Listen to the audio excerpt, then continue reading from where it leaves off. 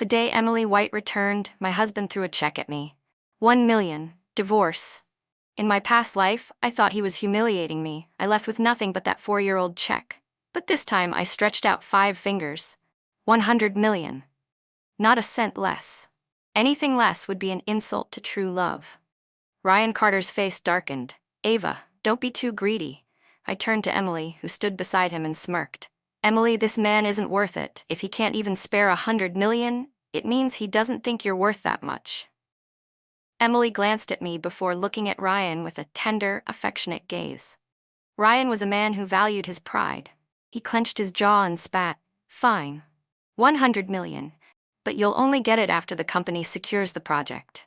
Until then, you are not allowed to do anything that would damage my reputation. I vaguely recalled that in my past life, there had been a crucial project that determined the company's future. Ryan had been extremely invested in it. I nodded in understanding and then calmly spread my fingers again. Add another 100 million. Ryan's brows twitched. Ava, do you even have any shame? Emily folded her arms and sneered. Know your worth, Ava. Do you really think you're worth that much? I gasped dramatically. Oh, so what you're saying is that the title of Mrs. Dre Carter isn't even worth 200 million? As for dignity, I let out a chuckle. Ryan, Emily, the way you two are always together, it's touching, really. Do you still care about things like pride? Their faces turned green, their eyes burning with barely suppressed anger. Oh, don't be shy. I get it. Passionate flames and all that. Don't worry, once the money's in my account, I'll be your personal love bodyguard. Ryan snapped, his voice laced with fury. Ava, where is your self-respect? Are you really willing to throw away your dignity for money?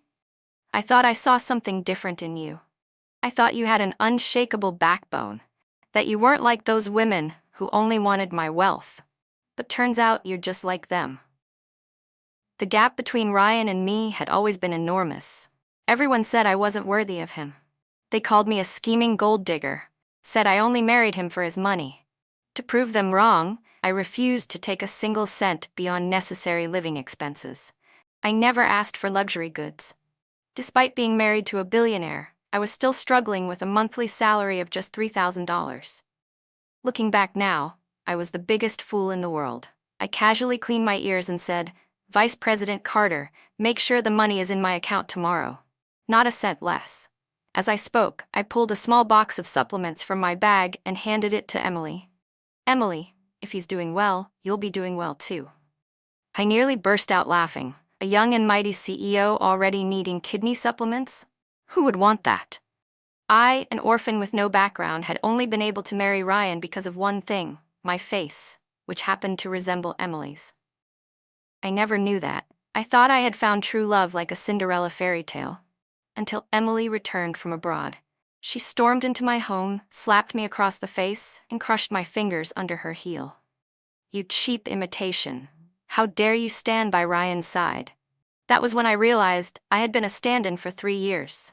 3 years ago, Emily had refused to marry him, and in a fit of anger ran off overseas. Furious, Ryan had found me, a woman who looked just like her, and married me just to spite her.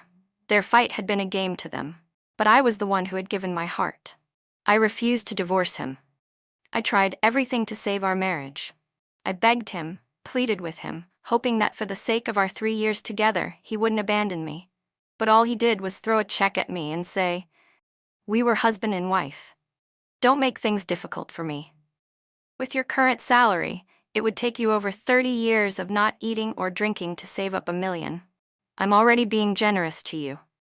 I refused to take the check. Tears streamed down my face as I told him he was insulting my dignity, insulting my love for him. Emily rolled her eyes. "Oh, come on, you were just after his money. Stop pretending to be innocent." My eyes were red as I turned to Ryan. "Ryan, I truly love you. I'll prove it to you." I tore up the check and walked away with nothing. For the sake of survival. During the day, I worked an office job. At night, I delivered food. In the end, because of a delivery that had an extra $5 surcharge, I was too exhausted to focus. I lost control of my bike and was hit by a massive truck on the spot. After I died, my soul drifted toward Ryan Carter. I wanted to see if he would feel guilt, regret, or just maybe cry for me in sorrow. After all, I'd been such a kind and pure-hearted woman, never after his money, only loving him for who he was. Unfortunately, I had overestimated my worth. My death only earned him a 10-second pause. Then, he calmly put his phone away, took Emily White by the hand, and went off to attend a dinner party. I was so furious that my soul practically died a second time. But when I opened my eyes again, I realized I had been reborn, right back to the day Ryan asked for a divorce. Alright, fine. If he didn't appreciate a pure-hearted, selfless woman, then I'd show him just how greedy I could be. The next morning, I received a notification that the money had been transferred. But when I checked the amount, my face instantly darkened. 5 million. I immediately called Ryan. What is this supposed to mean? His voice was calm. Ava, what if you take the money and ruin my reputation? This project is crucial to the company. I agreed to your demands, but you should understand my concerns. I let out a small laugh. Oh, I understand. Of course I do. In that case, why don't you write me an IOU? Make sure to include a clear repayment date. If it's overdue, I'll charge interest at the standard bank loan rate. There was silence on the other end of the line. Then Ryan's voice came back, slightly strained. Ava, when did we become so distant? You used to call me Ryan. Fine, Ryan. Write me an IOU. Include the repayment date, and if you're late, interest applies at the bank rate. His breathing turned noticeably heavier. Finally, he gritted his teeth and snapped. Ava, don't push it. I gasped in mock shock. Oh my God, Vice President Carter, you're not planning to go back on your word, are you? You wouldn't be thinking of refusing to pay me, would you? I giggled. By the way, I recorded our conversation yesterday. Also, let's be real, cheating in a marriage isn't exactly a huge scandal these days. But if word got out that the young, dashing Vice President Carter already needed kidney supplements at his age, yikes. Ryan exploded. Shut up.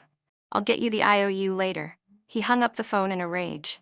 Ah, that felt satisfying. How had I not realized in my past life what a scheming man he was? Then again, what kind of person marries a stand-in to begin with? Did he really think he could use emotional manipulation to cheat me out of my money? Dream on. I waited 3 days, still no IOU. I was done waiting.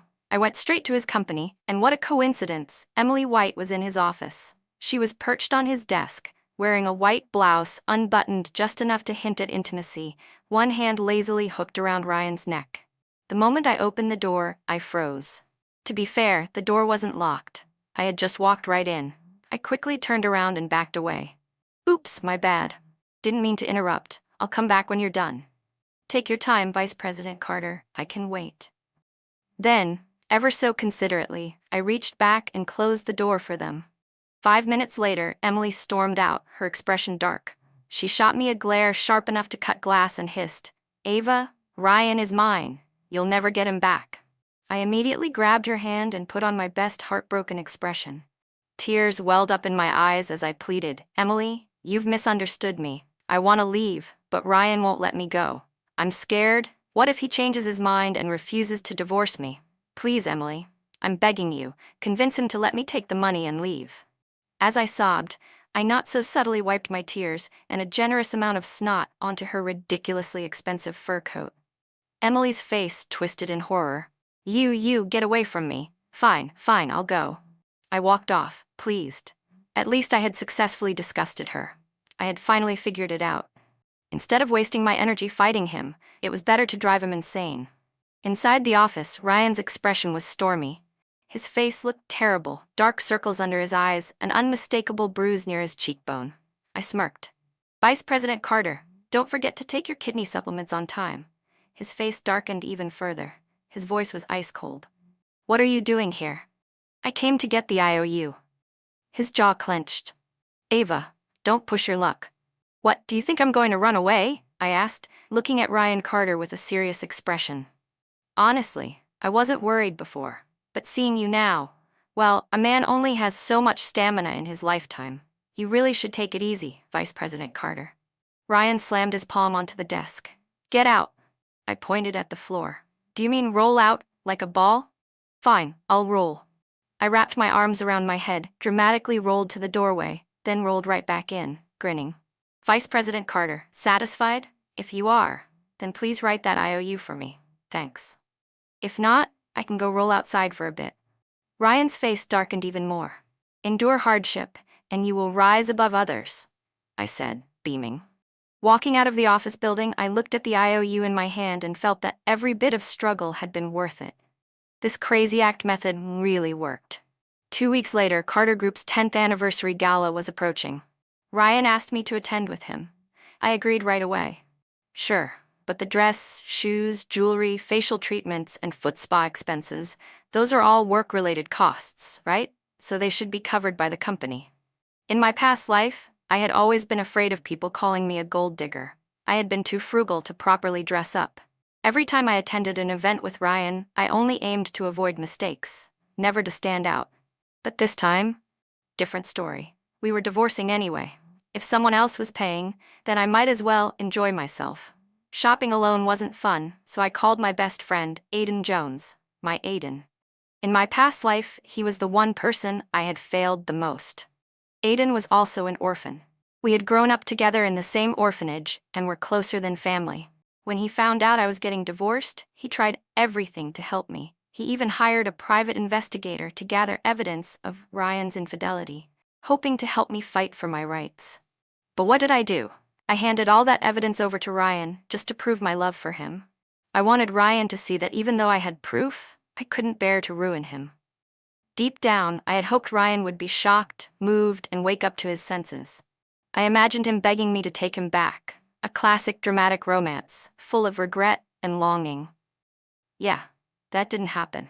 Instead, Ryan did chase after me with a bat in his hand, trying to beat me out of his house.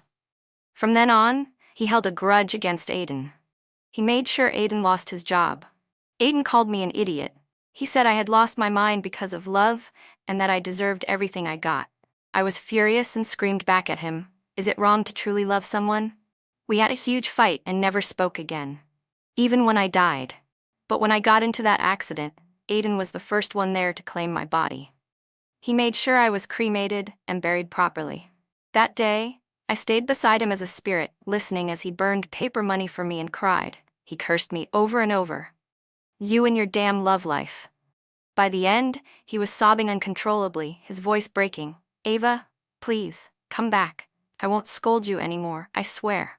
Later, to get revenge for me, Aiden exposed everything online: Ryan's affair, Emily White's scheming. He publicly called Emily a homewrecker and said she was trying to break into the entertainment industry through shady means. He even filed a real-name complaint about Carter Group's tax evasion, causing the company's stock to plummet. Ryan was furious. He had Aiden kidnapped and sent to some god-forsaken place to destroy his dignity. Aiden, desperate and out of options, had one last act of revenge. He drove straight into Ryan and Emily's car at full speed, killing them both. Then, he turned himself in and went to prison. "Aiden, I was the one who ruined you. This time, I won't let you down." When Aiden heard I was planning to use Ryan's money to take him on a shopping spree, he was so shocked he tried to drag me to see a psychic, convinced that I had been possessed by some spirit. I laughed, looking at the secondary credit card in my hand. Back then, I was young and naive. Now I figured things out. Aiden hugged me, tears streaming down his face. "I finally have a rich best friend." "Spend every cent, Ava. That bastard treated you like a stand-in. Your youth is worth more than whatever money he has in his pocket." That afternoon, we spent money like it was dirt. Whatever was beautiful, we bought. Whatever was comfortable, we bought. It was glorious. But then we ran into Emily White. She watched us struggling under the weight of all our shopping bags and sneered. "So it's true, you really only married Ryan for his money." She glanced at Aiden. "Not only are you greedy, but you're out here spending his money on strays?" She crossed her arms and smirked. "Ava, Ryan works hard to earn his money. Did he agree to let you waste it on some random dog?" "Oh wow, you really think Ryan is just an ATM, huh? A big dumb money tree? Go return those things right now," Aiden scoffed. "Oh, if even his legitimate wife doesn't have the right to spend his money, then who does? You, the mistress?" He reached out and rummaged through Emily White's shopping bags. A black card slipped out, Ryan Carter's signature clearly on the back. "Whoa, a diamond watch? Over 100 grand? Aiden smirked. "Ava, quick, call the police. This was bought using marital assets." Emily shoved Aiden away in frustration. "Who's the mistress here?" The one who isn't loved is the real mistress. Ryan and Ava have already talked things through. Why should she be spending his money? Aiden was about to argue back, but I grabbed his arm and, without warning, slapped myself across the face. Then I dropped to my knees and started wailing. Emily, I was wrong. As a wife, how could I have ever dared to spend my own husband's money? Ryan's money should all be saved for you. I'm so ashamed. I don't deserve to live. I should just die right now. My dramatic outburst immediately caught the attention of everyone around us. Aiden, my best friend for a reason, instantly caught on. Though he looked momentarily stunned, his acting was flawless. What kind of justice is this? A wife spends her husband's money and gets scolded by the mistress? He wailed in exaggerated horror. Has morality collapsed? Has human decency completely crumbled? People started gathering to watch the drama unfold. Some even took out their phones to record. This was hilarious. Ryan had only ever told me to protect his reputation. He never said I had to protect Emily's. I wasn't worried about myself. Aiden and I were dressed casually, no makeup, nothing that would make us stand out. But Emily was different. She was dressed to the nines, full glam, a perfect high society image. If this video spread, well, good luck to her. Sure enough, Emily panicked. She grabbed the black card and bolted, too flustered to even notice she had dropped several of her shopping bags. I immediately ran over and scooped them up. Nice. Brand new, still in their packaging. Perfect for reselling. When I turned back, I saw Aiden staring at me, looking a little dazed. Uh-oh, did I scare him with my craziness? I cleared my throat. Aiden, I swear I won't act crazy anymore. He suddenly shook his head violently. His eyes sparkled. No. Ava, I love this side of you.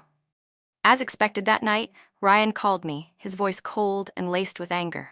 You made a scene at the mall? I snapped a quick picture of myself lying in a hospital bed and sent it to him.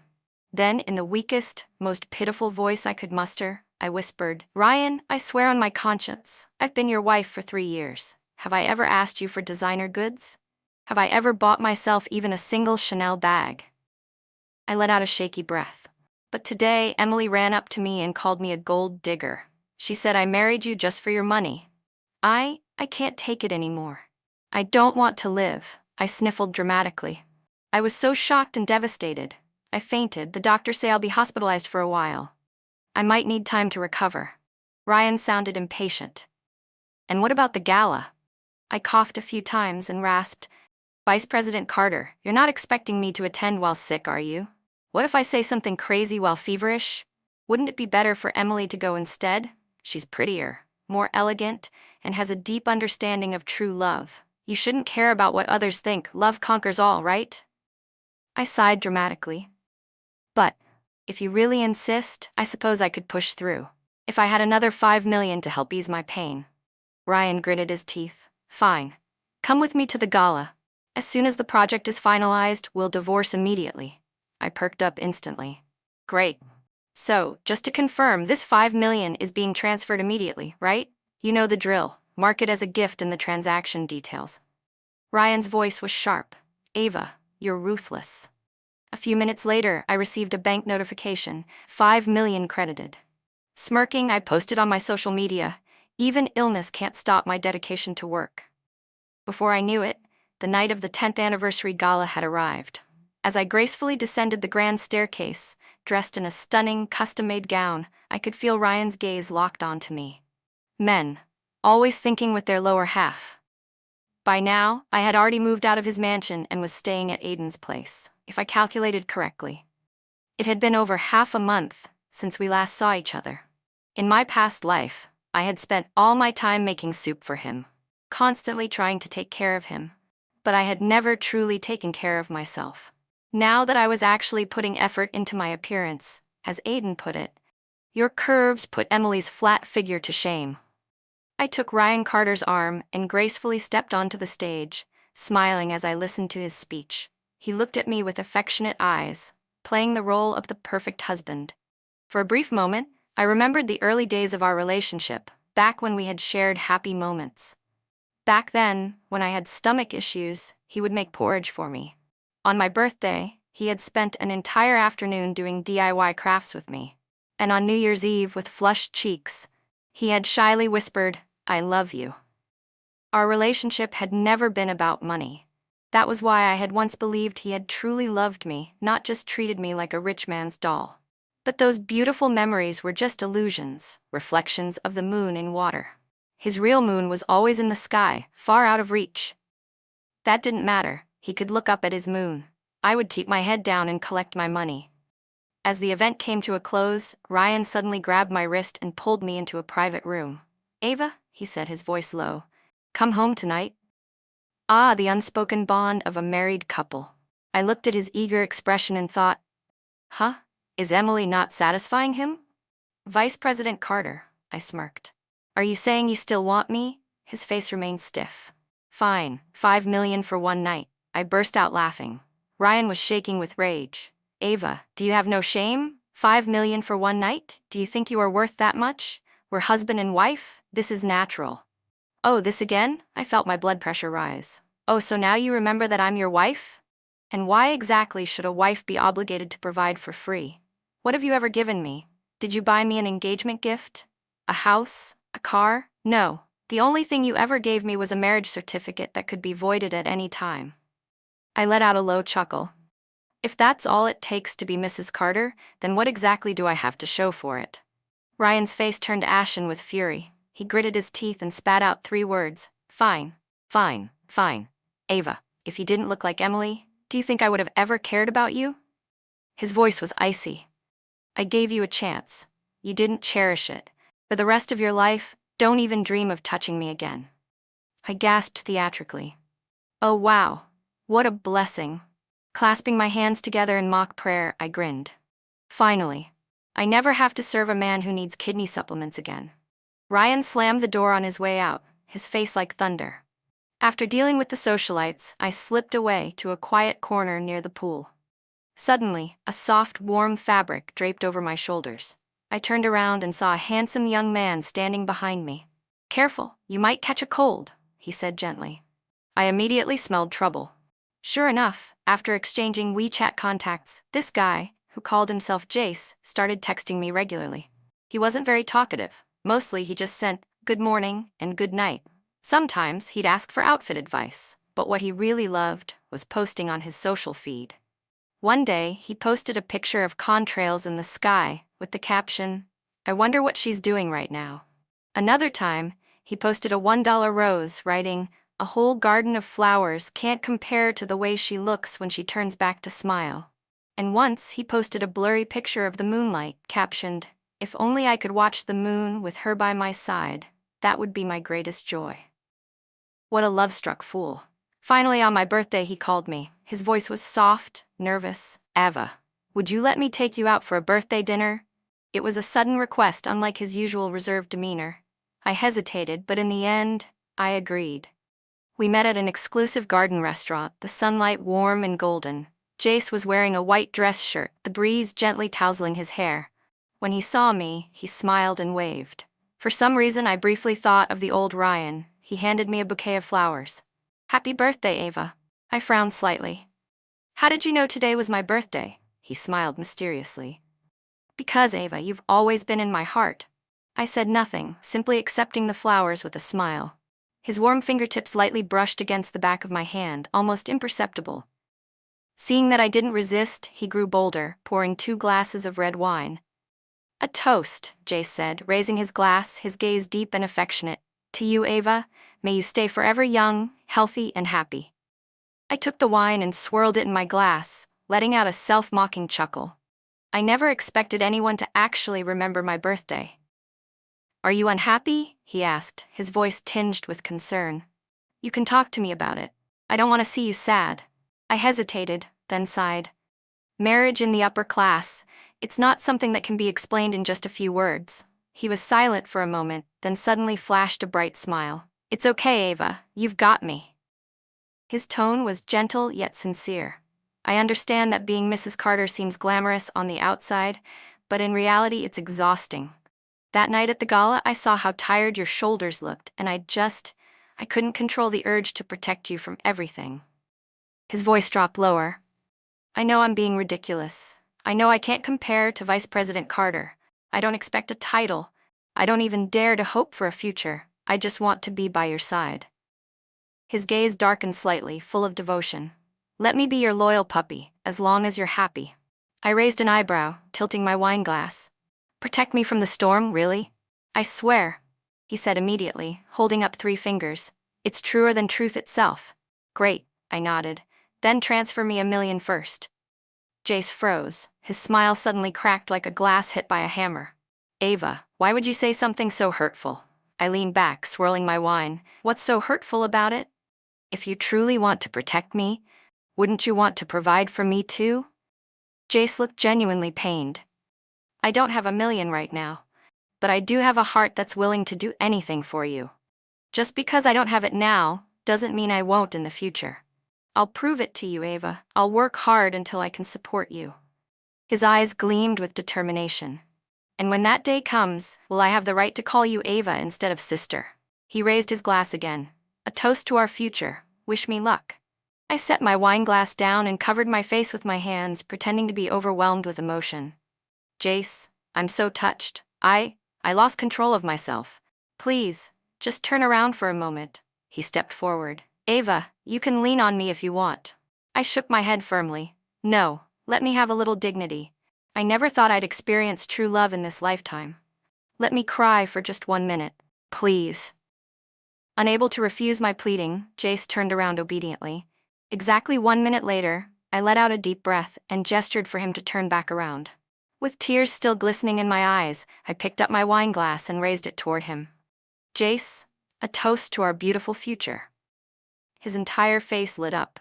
His eyes shone with excitement, as if he were looking at a stack of $100 bills. I downed the wine in one go. Immediately, my head felt dizzy. Jace quickly caught me, whispering close to my ear, Ava, are you feeling lightheaded? There's a bed inside. Let me help you lie down and rest for a bit. His tone was gentle, almost asking for permission, but his actions left no room for refusal. He carried me straight into the bedroom. Once he laid me down, he turned away and pulled something out of a drawer. A camera. He pointed it straight at me. I didn't panic. Instead, I leaned lazily against the pillow, my voice slow and teasing. Jace, I murmured, my lips curving into a smirk. I didn't know you were into this kind of stuff. He stiffened. Ava, aren't you scared? Scared? I propped my head up. I came all this way. Do you think I wouldn't expect this much? I chuckled. You better do a good job serving me tonight. I let my gaze sweep over him and smirked. But I'm not sure you're even up for it. Jace's face turned bright red. You're not afraid Ryan will find out? Find out? I laughed. Let him. What, is he not allowed to touch me, but I can't find someone else? I leaned in closer and whispered, You should know how marriages work in high society, Jace. Then I casually leaned back. All right, drop the act. You're not here for love, you just want my body and my money. His eyes flickered. I smirked. Relax, you don't have to pretend. In fact, I could use someone like you. If you do a good job, I might even reward you. I looked him over, clicking my tongue. But honestly, you're so scrawny, you don't really seem worth much. How about $500 a night? I tilted my head. Strip. Let's see if you're even worth that much. Jace's face instantly fell. Finally, when I doubted out loud if he was even worth $500, he snapped, Ava? You're really trying to rip me off. Jace fumed. Even if I were to put myself up for sale, my starting price would be at least $100,000 per client. Do you think you can get me for just $500? Dream on. I froze. Wait, what? My voice was filled with pure disbelief. Ryan Carter paid you $100,000? Are you serious? You're saying Ryan actually thinks you're worth that much? I couldn't believe it. There's no way. Ryan would never have such terrible judgment. You're obviously lying. Jace sneered. Who's lying? Here, take a look for yourself. He shoved his phone in my face, showing me his bank transaction history. See this? $100,000. His eyes gleamed with arrogance. Even Ryan Carter thinks I'm worth the money. I stared at the screen, utterly stunned. Ryan actually gave him that much? I narrowed my eyes. And what exactly did he pay you to do? Jace's expression stiffened. Obviously to tempt you into cheating during your marriage, he blurted before immediately covering his mouth, looking panicked. I tilted my head and smiled sweetly. What's the matter? Weren't you drugging me just now? What's the point of covering your mouth now? His eyes widened in shock. I laughed lightly. Oh, Jace, you really thought I wouldn't notice? That little trick of pouring the powder into my drink while pretending to refill my wine? Classic. You thought I'd be moved by a fake birthday celebration and fall for it? I scoffed. Please, I stopped being a naive little fool ages ago. With a crisp smash, I shattered my wine glass on the ground. At that moment, the door burst open. Aiden strode in, beer bottle in hand. The next thing Jace knew, he was tied to a chair, sitting face to face with Aiden and me. Under Aiden's icy glare, Jace cracked immediately and spilled everything. Just as I had suspected, Ryan had sent him to set me up. Ryan wanted to push me into making a mistake, then frame me for cheating so he could kick me out of the marriage with nothing. Once the project was finalized, they planned to expose my so-called infidelity, ensuring I left with not a single cent. Even if I tried using recordings or the IOU against him, they could easily deny everything and claim I had faked the evidence. I was boiling with rage. I had always known Ryan was scum, but I never imagined he would stoop this low. We had been married for 3 years. I had slept in the same bed as him, yet he was willing to ruin me just to avoid paying me a settlement. I was so furious that I nearly regretted not cutting off his manhood that night when he had fallen asleep. Aiden clenched his fists. I'm calling the police. I grabbed his arm to stop him. Don't bother, I said coldly. With Ryan's connections, calling the police is useless, just like last time. Instead, I picked up the beer bottle and tapped it against Jace's trembling shoulder. Jace, I cooed, would you like to make 200 grand? Jace's eyes lit up instantly. You're hiring me to be a double agent? His greedy grin spread across his face. Smart boy, I said. I need you to convince Ryan that I fell for your trap. Keep milking him for money under the excuse of dating me, and we'll split the cash 50-50. Once the job is done, I'll give you an extra 100 grand. I waved my phone. And don't get any funny ideas. I recorded everything you just confessed. Even if I can't get Ryan arrested, I can get you locked up in a heartbeat. Jace immediately straightened up. Boss, what are you talking about? He clutched his chest dramatically. I would never betray you. Right in front of me, Jace sent Ryan a series of fake evidence photos, me lying on a bed, looking dazed. If we're putting on a show, he smirked, we're going all in. For the next few days, I hid out at Aiden's place while Jace played his role perfectly. Every day, without fail, he would stand outside my building, rain or shine, holding a bouquet of flowers, gazing longingly up at my window. Finally, on a stormy night, I walked downstairs with an umbrella and brought his soaking wet self inside. The next day, we flew off to Europe, of course, with Aiden trailing behind us in sunglasses. Jace sent Ryan daily updates, complete with photos and videos of us holding hands. He even demanded travel expenses from Ryan, citing that he needed to treat me well. Ryan, being his stingy self, only sent 50 grand. Not too much, he told Jace. Go somewhere low-key and cheap. I don't want her drawing attention before the project is finalized. Sk, so cheap. But whatever, 50 grand was still enough to fund our trip. A month passed in the blink of an eye. Then one morning I saw Ryan's face all over the finance news, talking about the successful completion of his project. Shortly after, my phone buzzed. Ryan's name flashed across the screen. He was calling me back. The 3 of us had been enjoying the sun, the beach, and a few sets of well-defined abs on a tropical island when we got the news. It was time to head back. In high society, if there was one thing more abundant than money, it was parties. To celebrate the completion of the project, Ryan Carter was hosting a grand banquet. The guest list included his relatives, close friends, and business partners who had contributed to the project. The moment I stepped into the venue, Ryan's family members immediately looked at me with disgust, as if I were a piece of radioactive waste. In my past life, Ryan had married me despite his family's objections. I had felt guilty about that and had spent years trying to win their approval. I had no money, but I had a sincere heart. I had believed that if I showed them love and kindness, they would eventually accept me. When Ryan's mother fell ill with pneumonia, even the housekeepers had avoided her, afraid of infection. But I had stayed by her bedside, day and night, personally taking care of her until she fully recovered. And when she finally did, she simply glanced at me coldly and muttered, "So clumsy. Even the maids who clean the toilets are better than you." I had been devastated, constantly questioning myself, wondering what I had done wrong. Then, not long after, Ryan's mother called me, asking me to take care of Ryan's sick aunt. I had happily agreed, thinking that maybe this meant they were finally starting to accept me. Until one day I overheard Ryan's aunt on the phone with his mother. Just think of her as a well-trained puppy. Let Ryan have fun with whoever he likes outside. We'll keep this one around as a punching bag. We can afford to feed a pet after all. A pet. A punching bag. Dog food. To them I wasn't even a person. No wonder they had eventually stopped opposing my marriage to Ryan. They didn't see me as his wife at all. All right then. Tonight, they were going to see what happens when a pet decides to bite back. Emily White had also arrived, bringing gifts for everyone. Compared to me, the lowly stray dog, Emily, with her perfect social background, was naturally beloved by the elders. Ryan's mother dramatically patted Emily's hand, pretending to scold her. "You heartless child, how could you leave us and run off abroad? If you had stayed, you and Ryan's child would be 3 years old by now." Emily glanced at me, feigning guilt. "Auntie, don't say that," she said softly, her voice dripping with false concern. Ava might feel hurt. Then, she sighed, looking at Ryan with heartfelt affection. "This isn't anyone's fault," she murmured. "It's just that. I wasn't lucky enough. As long as Ryan is happy, that's enough for me." Ryan's mother shot me a glare, but when she saw that I was too busy eating to care, her face twisted in anger. "It's been 3 years, and she hasn't even gotten pregnant," she muttered. "Completely useless.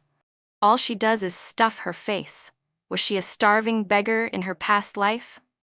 I shoved the last bite of cake into my mouth, then grinned at her with a mouthful of crumbs, spraying cake crumbs everywhere. Ryan's mother recoiled in horror, turning away as if she had just stepped in something vile. Success. Finally, the banquet officially began. After Ryan finished his speech, he announced that he would be playing a video showcasing the future of the project, inviting everyone to look forward to the company's success together. I led the applause. Emily smirked at me, leaning in close and whispering, "Ava, you're done for." Just as I had expected, the video had been switched. Instead of a business presentation, the screen displayed a scandalous montage, a photo of me, half-dressed. A video of me leading a man upstairs on a rainy night. Footage of me in a bikini, laughing and playing on the beach with a man. The entire room fell into stunned silence. Ryan was the first to snap out of it, immediately turning off the screen. His face was livid with rage. "Who did this?" he roared. "Who fabricated these images to slander my wife?" He actually had the audacity to pretend to defend me. Moments later, a professional team was called in to examine the footage. The results? No tampering. The images were all real, unedited. In other words, I really had cheated. The people who had been standing by my side moments ago suddenly took a step back, putting 3 feet of distance between us. Their faces were filled with disgust and scorn.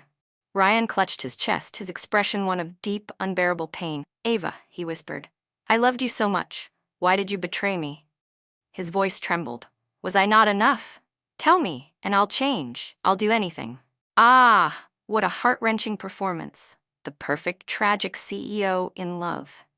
With this setup, whether Ryan divorced me or remarried, people would only sympathize with him and wish him well. This whole situation would become fuel for his career. I lifted my gaze to look at him, but no matter how much I stared at his vulnerable, heartbroken expression, I couldn't reconcile it with the malicious schemes he had hidden beneath the surface. Suddenly, I remembered that rainy night 3 years ago, the night he had stood below my apartment, begging me to be his girlfriend.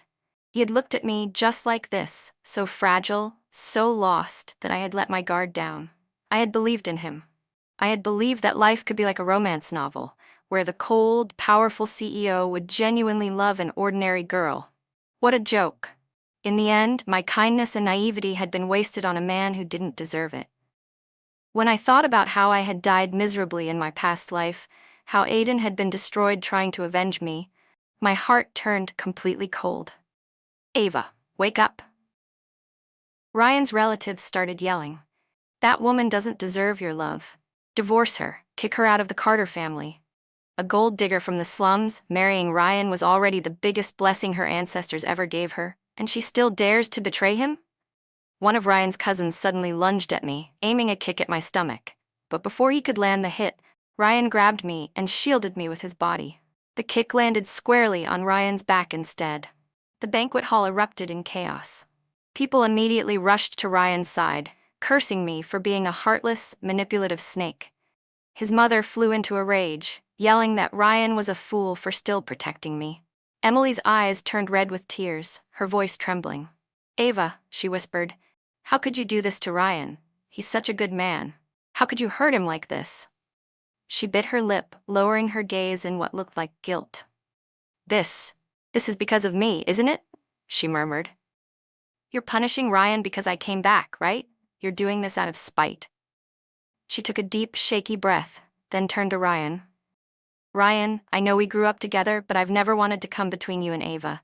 We were childhood friends, yes, and maybe you helped me a little recently, but it was just out of friendship." Her voice grew softer, full of sorrow. "If Ava hates me that much, then I'll leave. I just hope she can treat you well." Her tone was so noble, so self-sacrificing, like she was willing to disappear for his happiness. The crowd was completely won over. Many of them already knew about Ryan and Emily's past relationship. Hearing Emily say all this only cemented their hatred toward me. "Emily shouldn't have to leave," Ryan's cousin shouted. "If anyone should go, it's Ava." "You and Ryan were always meant to be together," another relative added. "Ryan only married that woman because she forced him to. Ryan should divorce her immediately." Ryan shielded me, his face twisted with pain. "Everyone, please," he said, his voice heavy with sorrow. "Don't hurt Ava. This is all my fault." He looked at me with deep regret. "Ava, I was the one who wronged you. I shouldn't have forced you to marry me back then."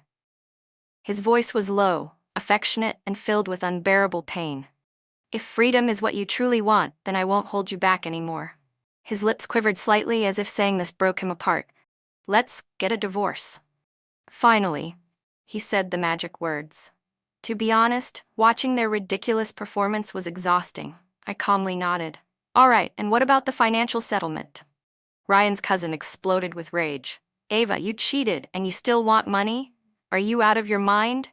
Ryan's aunt jumped in, just as furious. "Not a chance. We won't let a woman like you take a single cent from the Carter family. Ava, you should be grateful we're even letting you walk away alive." Ryan's cousin added mockingly. "You dared to ask for money? Get lost." These two. From the moment I had stepped into the Carter family, they had targeted me relentlessly, acting like I was stealing their inheritance. I let out a sharp laugh. "Why are you two so worked up?" I sneered. "Does Ryan's money have anything to do with you?" I tilted my head, my gaze sharp. "Or do you two actually think you're his children, fighting over his assets? Mind your own damn business. Instead of worrying about Ryan's finances, maybe focus on fixing your own pathetic lives first." The room went dead silent. They hadn't expected me to fight back. Ryan's cousin and aunt looked like they wanted to strangle me, but Ryan held them back. Finally, he sighed deeply. "Ava, I'll give you 5 million, he said, his voice weary. "That's more than enough for you to live comfortably for the rest of your life." I shook my finger at him, smiling coolly. "Nope, 200 million. Not a penny less." The room erupted in gasps. People stared at me in shock, as if I had just robbed a bank in broad daylight. The next second, the room exploded with outrage. They called me greedy. They called me a gold digger. They called me an ungrateful snake. They called me a monster. But I didn't care. Let them scream. The money was mine. Talking to me about morality in high society? What a joke. The people who speak of morality the least are always the ones with the most wealth and power. The ones who believe they can manipulate the world and control the lives of ordinary people like pieces on a chessboard. Ryan Carter's expression darkened. "Ava, I'll ask you one last time. Are you taking the 200 million or not?" His voice was sharp and unwavering, but standing at an angle where only I could see, his eyes were filled with a silent threat. "If you take this to court, your so-called cheating will be exposed. You won't even get 5 million. Our eyes met. His gaze was confident, certain that he had already won this battle. I slowly clapped my hands. "Vice President Carter, congratulations. Your self-destruction package has just been delivered. Please check your inbox." Then, with a single flick of my wrist, I smashed my wine glass onto the floor. As the shattered glass glistened under the chandelier, the screen in the banquet hall lit up again. This time, it wasn't the fake evidence of my so-called affair. It was the real evidence of my true identity. Ryan Carter, Instead, it was Jace, tied to a chair, crying like a pitiful little lamb. Tears streamed down his face as he sobbed. I was just a simple escort, minding my own business. But Vice President Carter offered me $100,000 to seduce Ava and create evidence of her cheating, so she'd be kicked out with nothing. He wailed dramatically. Ava, please let me go. I'm young. Unlike Ryan, I don't need kidney supplements. I can satisfy you anytime. Silence. Pure, absolute silence. Then, another recording played. This time it was the audio of me catching Ryan and Emily together. Ryan's voice was unmistakable. We'll fake the perfect husband and wife act until the project is secured. Then I'll frame Ava, and she'll leave with nothing. After that, we can finally get rid of her. And just when the crowd thought the humiliation had peaked, the final blow landed. My conversation with Ryan about the IOU. The moment kidney supplements were mentioned again, Ryan's face turned an ugly shade of red. At this point, everyone in the room was in utter shock. They had come expecting to witness a cheating scandal, but instead they had just watched Ryan dig his own grave. Ryan finally snapped out of his daze, roaring, "Turn that off." He tried to rush toward the screen, but before he could even take a step, a group of security guards, planted by Aiden, pinned him down. "Ava, how dare you?" Ryan's voice shook with fury. I tilted my head innocently. "Vice President Carter, I only wanted my $200 million. It's not my fault you decided to self-destruct." Just then, the doors to the banquet hall burst open. Ryan's assistant rushed in, breathless. "Sir, bad news." His voice trembled with panic. "Our stock price just plummeted, and 5 major partners have announced they're cutting ties with Carter Group." Ryan Carter had officially entered his downfall arc. Originally, this scandal would have only circulated among the elite circles. But Emily, in a desperate attempt to completely ruin me, had secretly arranged for the entire banquet to be live-streamed. When the stream first showed my so-called cheating scandal, the internet exploded with rage, attacking me as if I were the worst gold digger in history. They dug up everything about me, even cursing my ancestors. But the moment the truth was revealed, the outrage immediately flipped, and now, it was Ryan who was under fire. The scandal spread like wildfire. One by one, Carter Group's business partners severed their contracts, and the company's stock plummeted overnight. Outside Carter Group's headquarters, furious shareholders gathered with banners, demanding an explanation. And online, Vice President Carter's kidney supplements started trending at #1, while the best manipulative CEO of the year dominated the charts for a full week. A production company even rushed out a short drama series titled The Villainous CEO's Perfect Scheme. Within 3 days, it had grossed over $1 billion, and the biggest sponsor of the show, a kidney supplement brand. Their stock skyrocketed. As for me, well, I was just a low-key investor who happened to pocket a few million from the drama's success. 2 weeks later, with solid evidence against Ryan, the court ordered him to pay me $200 million, plus emotional damages. Ryan showed up at my door, his face pale, his eyes tired. The business world was cruel. The moment Carter Group became vulnerable, its competitors had swarmed in like vultures. All it took was a little push, and suddenly, every hidden scandal, tax evasion, asset transfers, illegal businesses came crashing down. Ryan was in serious trouble. "Ava, I was wrong." His fingers trembled as he grabbed my hand, his once arrogant gaze now filled with desperation. His voice cracked. I only realized after you left. I don't love Emily. I never loved Emily. The person I truly love is you." His grip tightened. "Ava, please, give me one more chance. Come back to me." I let out a low, mocking laugh. "Ryan, do you love me?" I asked slowly. "Or do you love the $200 million in my hands?" Ryan's face stiffened. "Have you ever thought about this?" I continued, my voice turning cold. "If I hadn't caught on to your plan in time. So now that you're completely ruined, you expect me to help you?" I let out a soft chuckle. "Ryan, be honest, if the situation were reversed, would you help me?" I answered for him. "Of course not. You'd be raising your glass with Emily, celebrating your perfectly executed scheme and happily ever after." I tilted my head and smiled. "So tell me, why should I help you? Who do you think you are?" Ryan finally dropped the act. His eyes turned cold and filled with fury. "Ava, do you think just because you have a little money now, you can bring me down?" He clenched his fists. "I will rise again, and when I do, I'll make sure you have nowhere to run." I calmly wiped my hand with a towel, the hand that he had touched, and laughed. All right, then I'll be watching. A month later, Carter Group collapsed completely. I heard Ryan was still struggling to make a comeback. Back then, I had thought powerful corporations like Carter Group were untouchable, something people like me could only look up to from afar. But in the eyes of the law, they were nothing. Justice had been served. That day, Aiden and I went to view a luxury penthouse. As we approached the building, we could hear a man and a woman screaming at each other inside. The voices sounded very familiar. Curious, we walked closer, and sure enough, we saw Emily White dragging her suitcase, trying to leave, and Ryan refusing to let her go. Emily, Ryan pleaded, his voice desperate. You promised. You said you'd stay by my side no matter what.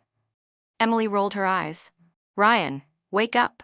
Do you really think I would have come back from abroad if you weren't in power? Ryan's expression darkened. What do you mean by that? Emily sighed dramatically. Ryan, you've lost everything. Why would I stay? She crossed her arms, looking at him like he was an idiot. I mean, honestly, without Carter Group, what do you even have to offer me? Ryan snapped. You gold-digging bitch. He slapped Emily across the face. The next moment, they were full-on fighting, shoving, yelling, tearing at each other like wild animals. Sensing the perfect opportunity, I pulled out my phone and started a live stream. Aiden, ever the thoughtful friend, had already called security to stand by. Once the viewers had enjoyed the show to their heart's content, the security guards finally stepped in and separated them. Emily, her hair a mess, was furious. She turned toward me, momentarily forgetting that we were supposed to be enemies. Eva, she whimpered, that 200 million, you deserve it. Take it. I never want to hear about Ryan Carter or his stupid kidney supplements ever again. Well, at least she had finally come to her senses. Seeing his own downfall unfold in real time, Ryan turned toward me with a bruised face and an arrogant sneer. Ava, why are you here? His voice was mocking. Unless you're here to beg me for something, don't waste your time, I'll never take you back. Aiden rolled his eyes and shoved him aside. Relax, Ryan. We're just here to buy this penthouse. Move. The property manager awkwardly cleared his throat. Mr. Carter, actually, these two ladies are the new owners of this penthouse. Ryan's face twisted in shock. He had no choice but to sell his penthouse, the very one he had bought using marital assets from our marriage. And who was buying it? Me. Consider it charity, I said, signing the contract with a flourish. After all, I'm not short on cash these days. Ryan gritted his teeth. Ava, mark my words, I'll make a comeback. I nodded enthusiastically. Sure, and when you do, you'll fall even harder. I never paid attention to what happened to Ryan after that. I heard he ended up becoming a live-in son-in-law, relying on some rich widow to survive. As for me, after tasting success in the film industry, I fully invested in short dramas.